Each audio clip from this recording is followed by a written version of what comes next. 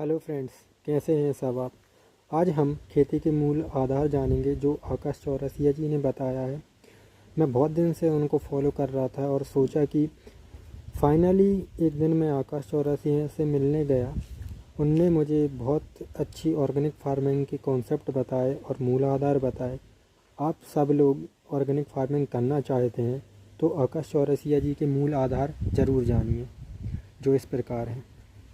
मतलब जो है ना अंदर का जो कहना चाहिए एक वो होता है वो तो ऑटोमेटिकली आपको आ ही जाएगा, है कि नहीं है। तो मूल आधार क्या है कृषि का?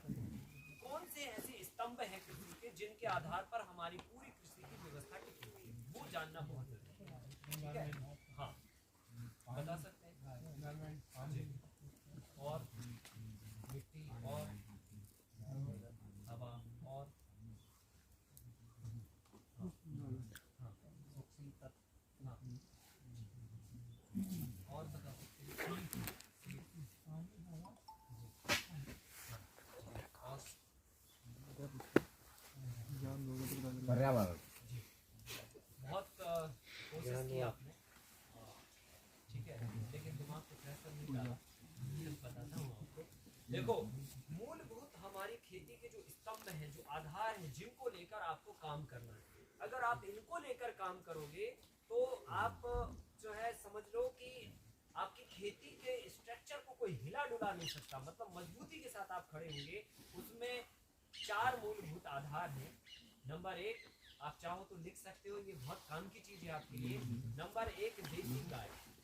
ठीक है, ये आपकी खेती का मूल आधार है।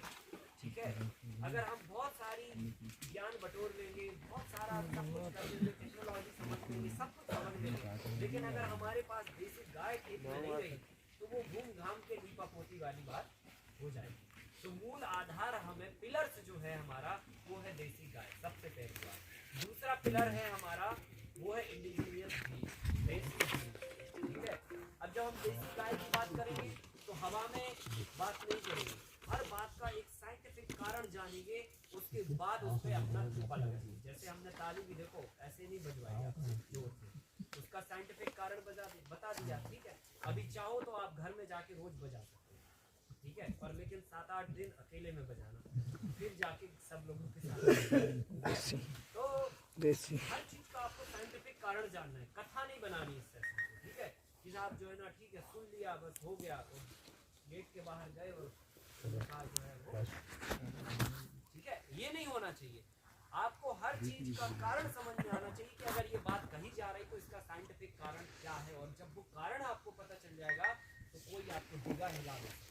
नहीं तो जाके जो है ना, आपने मान के चलो देसी गाय पकड़ के लाए और कोई वैज्ञानिक आए, अपना उनने ज्ञान दिया, उन्होंने कहा आप कितना दूध देते हो, उन्होंने 2 लीटर, उन्होंने कहा कहाँ पड़े हो तुम चक्कर में, ये करवा लो, दूध आ जाएगी, 20 आ जाएगी। ठीक है कि नहीं?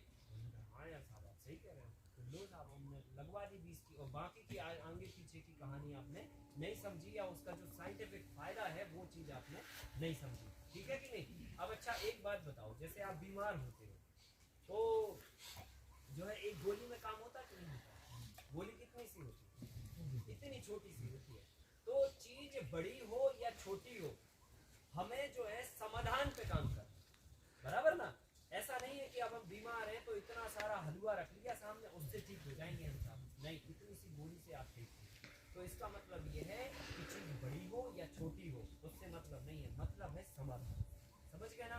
तो हमें 20 लीटर और 2 लीटर से मतलब नहीं है, मतलब है हमें अंत के समाधान से, और अंत में फायदा मिल रहा कि नहीं मिल रहा है। समझ रहे ना? कई चीजें ऐसी होती हैं जिनका फायदा आपको स्टार्टिंग में मिलता है, कईयों का फायदा मिडिल में मिलता है, कईयों का फायदा अंत में मिलता है, और अंत का जो फायदा होता है वो परमानेंट है। समझ रहे ना? और पता चला शुरू में जो फायदा मिला, मिडिल में और फायदा मिला, और अंत में जाके नुकसान में पहुंच गए। और यहाँ पर शुरू में थोड़ा फायदा हुआ, मिडिल में घाटा हुआ, और अंत में जाके फायदा हुआ। तो कौन सा रास्ता सही है? दूसरा वाला, जिसमें अंत में फायदा हो रहा है। तो अंत के फायदे की बात हमें करनी है, हमेशा ध्यान रखना। शुरुआत के फायदे की बात बिल्कुल नहीं करना, नहीं तो शुरुआत में तो ऑक्सीटोसिन इंजेक्शन लगा के जो है ना, उसमें भी फायदा हो जाता है। ठीक है कि नहीं? तो अंत का फायदा हमें चाहिए, और अंत का फायदा हम बजट से बनाए। ठीक है, क्योंकि हम कोई भी चीज करते हैं तो अपने अर्थ से कैलकुलेट करते हैं, है कि नहीं है? तो हमें भैया 2 लीटर दूध से फायदा हो रहा है, फिर बाकी की चीजों से क्या फायदा हो रहा, बाकी की चीजों से क्या फायदा हो रहा, और 2 लीटर से क्या फायदा हो रहा, मतलब सब चीजों का कैलकुलेशन निकालेंगे। अगर मान के चलो फायदा नहीं हुआ अंत में, तो फिर बात की बात है, लेकिन अगर फायदा हुआ तो फिर हम किसी भी चीज को कतई स्वीकार नहीं, ठीक है कि नहीं।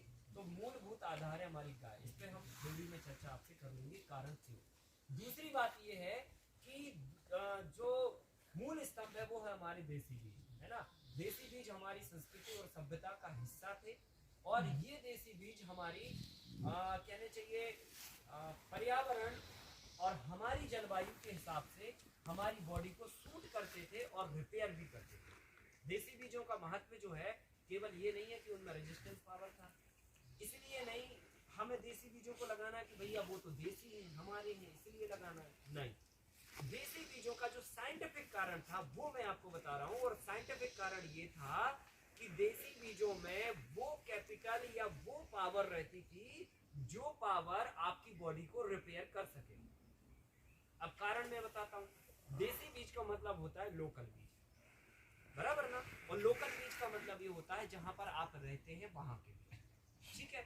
अब मान के चलो हम यहाँ के क्लाइमेट कंडीशन में हैं, यहाँ हमारी पैदाइश हुई, यहाँ की हवा जो है ना हमने बचपन से आज तक ली हुई है, यहाँ के पर्यावरण यहाँ के वातावरण को हमारी बॉडी सूट करती है, ठीक है। यहाँ की मिट्टी की उगी हुई चीजें हम खा रहे हैं, तो अब यहाँ पर अगर जो भी बीज है या जो भी फल है या जो भी अनाज है, वो अनाज हमारी मिट्टी हमारे वातावरण हमारी जलवायु हमारे पानी के हिसाब से पैदा हुआ, और आपकी भी सेम कंडीशन से आप भी यहीं पर पैदा हुए, यहीं की मिट्टी यहीं की जलवायु यहाँ के पानी में आपका भरण पोषण पालन पोषण हो रहा है।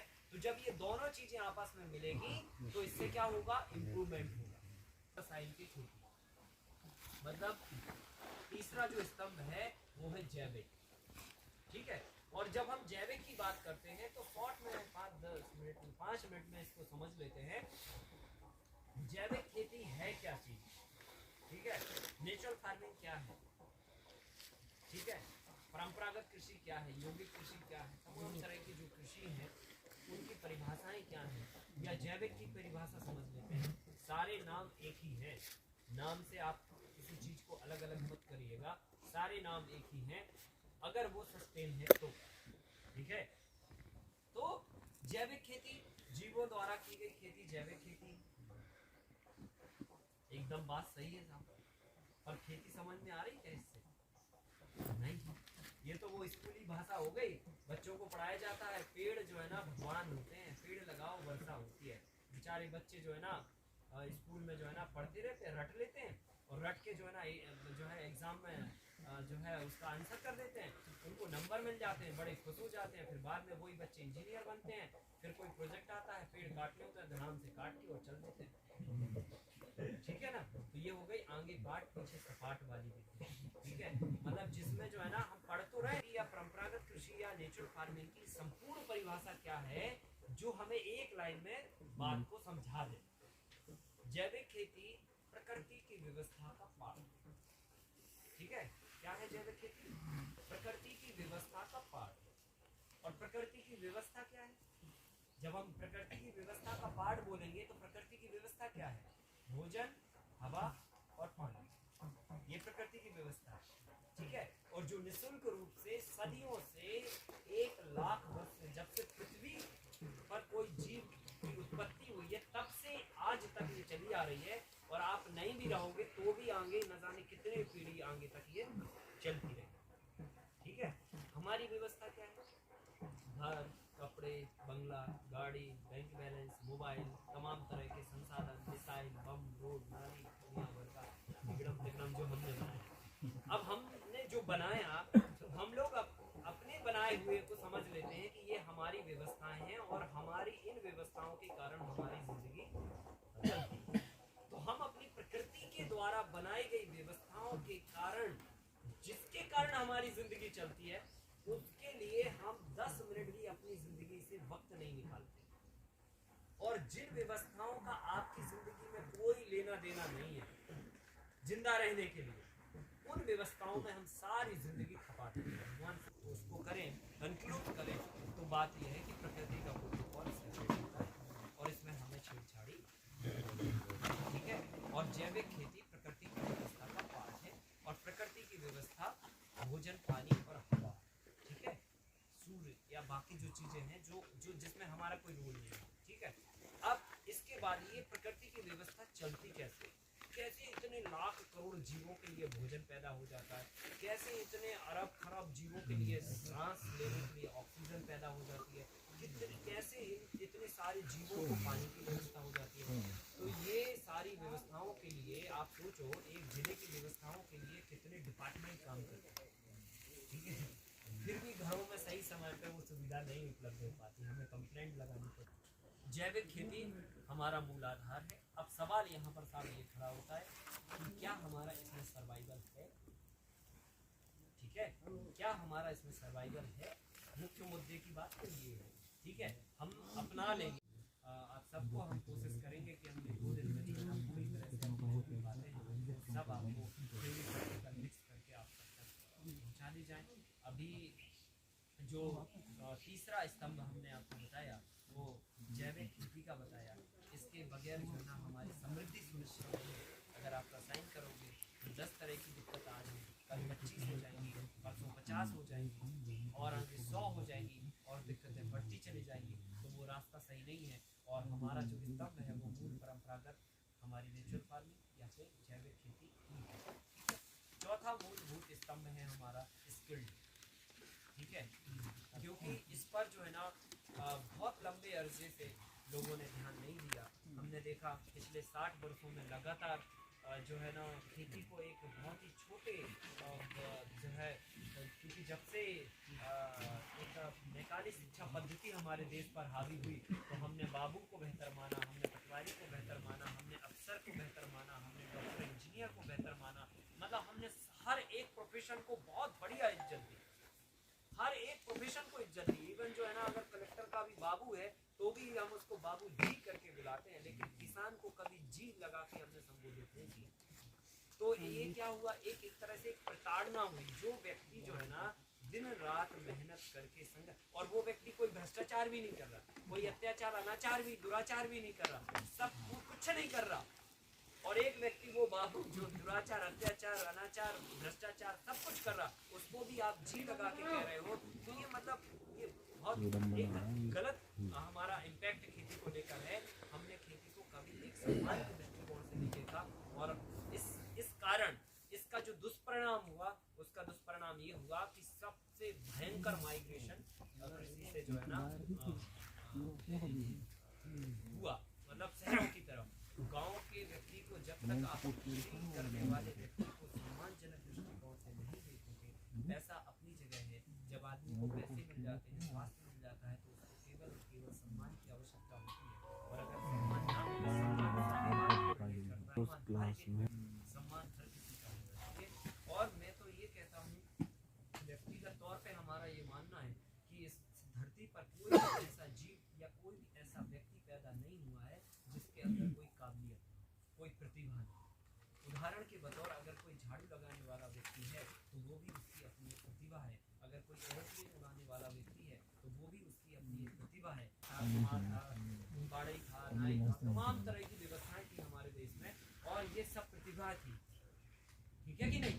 एक कुमार का बच्चा बिना स्कूल कॉलेज जाए, बिना डिग्री लिए, अगर घर में रह के वो अपने परिवार का सहयोग करता है तो छोटी सी उम्र में 15 साल की उम्र में वो घड़ा बनाने में पारंगत हो जाता कि नहीं हो जाता। क्यों हो गया? क्योंकि वो अपनी कला के नजदीक रहा, केवल इसलिए हो, केवल कला के नजदीक रहने से उसमें स्किल्ड वो ट्रांसफर हो गया। अब खेती को जब असम्मानजनक तरीके से आप देखोगे तो हम तो भाई हमारे बच्चों को तो हम खेती में बिल्कुल घुसाएंगे ही नहीं। हम तो कहेंगे यार तुम तो जाओ जाओ जाओ, तो जाओ जाओ के चक्कर में वो पूरी तरह से चले गए। और पूरी तरह से जाने में नुकसान क्या हुआ? कला है, जैसे कुमार के पास घड़ा बनाने की कला होती है, ऐसे ही कृषक के पास कृषि करने की कला होती है। कब पानी देना, कितना पानी देना, मौसम को देखकर फसल में प्रबंधन करना, ये कला का खेल, ठीक है। ये एक प्रोटोकॉल का खेल नहीं है कि आपको एक चार्ट पकड़ा दिया जाए उसके हिसाब से आप कर लेना तो हो जाएगा। मैंने क्या कहा, प्रकृति के प्रोटोकॉल के हिसाब से चलना पड़ेगा। प्रकृति जैसे ही परिवर्तन करती है आपको भी उसके हिसाब से अपना प्रोटोकॉल बदलना होगा, उसके हिसाब से आपको चलना होगा। तो ये जब तक नहीं आएगा तब तक आप खेती नहीं कर पाएंगे। कुल मिला के ये एक स्किल्ड का खेल है या एक स्किल्ड का काम है और वो आपको खुद से डेवलप करना है। मतलब किसी कर्मचारी के भरोसे आपको खेती नहीं करनी है। अगर आपने खेती करने का मन बनाया है तो आपको खुद से इनिशिएटिव लेना है। ये कला जब आपके अंदर रहेगी तो ही आप अपने कर्मचारी को ट्रांसफर कर पाओगे। अभी बहुत सारे लोगों ने कहा लेबर की दिक्कत है, बहुत सारे लोगों ने ये भी कहा कि हो सकता है कि जो काम आप कराना चाह रहे हैं, लेबर तो बहुत है, आप 500 रुपये दिन के दो तो 100 लोग खड़े हो जाएंगे, लेकिन 100 लोगों में जो काम आप कराना चाहते हो 100 में से किसी एक को भी नहीं आता। सही है कि नहीं है ना? उनसे क्या, और अपने दिमाग को भटकाना भी नहीं है। मैंने बोला गाय, देसी बीज और बिना रसायन के खेती, जैविक, और तीसरा चौथा स्किल्ड। मतलब ये स्किल्ड खुद से करके आपको डेवलप करना, ठीक है। देखो